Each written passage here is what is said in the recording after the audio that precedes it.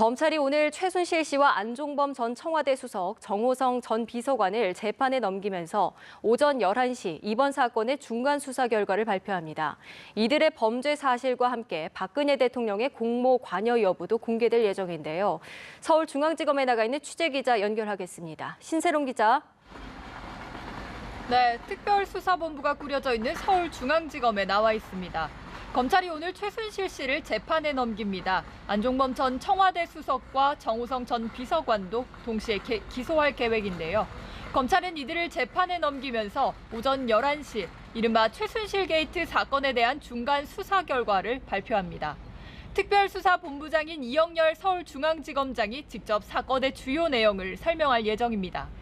그동안 확보한 증거를 토대로 검찰은 53개 대기업이 미르와 K스포츠재단에 774억 원을 출연하게 된 배경과 또 최 씨가 대통령 연설문 등 청와대 문건을 받아본 경위 등을 밝힐 것으로 보입니다.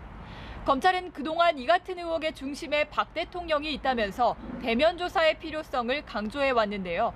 그렇기 때문에 최순실 씨 등 이들 3명이 저지른 범죄에 박 대통령이 과연 어느 정도로 관여했는지, 또 검찰이 이런 사실을 공소장에 구체적으로 명시할지 관심이 집중됩니다. 만일 검찰이 박 대통령을 공모관계로 인정한다면 박 대통령은 헌정사상 처음으로 술해 혐의를 받는 현직 대통령이 되는 것과 동시에 탄핵 절차의 첫 단추가 될 거란 전망이 지배적입니다.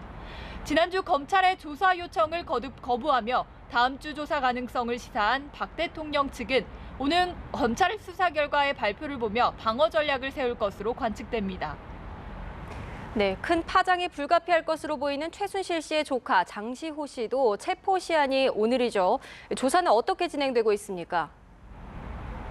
네, 검찰은 장시호 씨에 대해 오늘 중으로 구속영장을 청구할 방침입니다.